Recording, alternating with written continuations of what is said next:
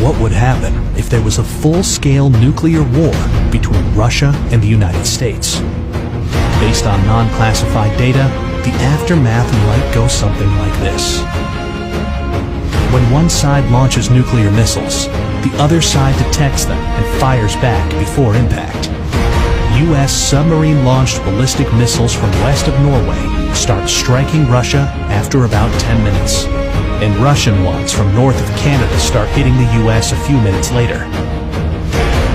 The very first strikes are high-altitude EMP attacks, frying electronics and power grids by creating an electromagnetic pulse of tens of thousands of volts per meter.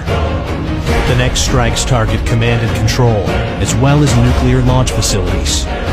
Land-based intercontinental ballistic missiles take about half an hour to arrive. Major cities are targeted, both because they contain military facilities and to stymie the enemy's post-war recovery. Some cruise missiles take hours to reach their target. Each impact creates a fireball about as hot as the core of the sun, followed by a radioactive mushroom cloud. These intense explosions vaporize people nearby and cause fires and blindness further away. The fireball expansion then causes a blast wave that damages buildings, crushing nearby ones. The United Kingdom and France have nuclear capabilities and are obliged by NATO's Article 5 to defend the U.S. So Russia hits them too. Firestorms engulf many cities, where storm-level winds fan the flames, igniting anything that can burn, melting glass and some metals, and turning asphalt into flammable hot liquid. But the explosions, the electromagnetic pulse, and the radioactivity aren't the worst part. Nuclear winter is, caused by the black carbon smoke from the nuclear firestorms.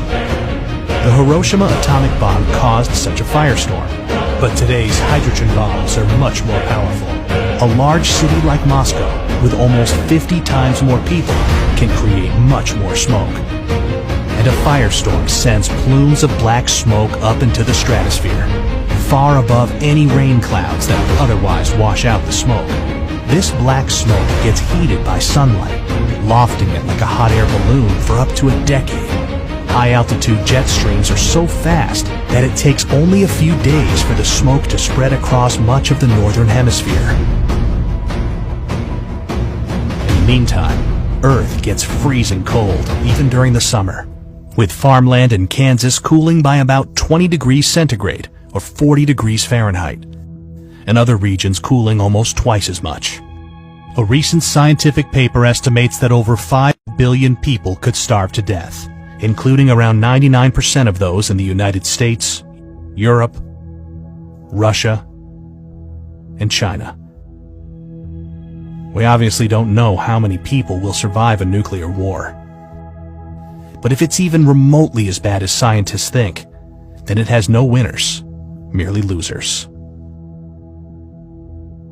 It's easy to feel powerless, but the good news is that there is something you can do to help. Please share this video, because the more people know about nuclear war, the less likely it is that we'll start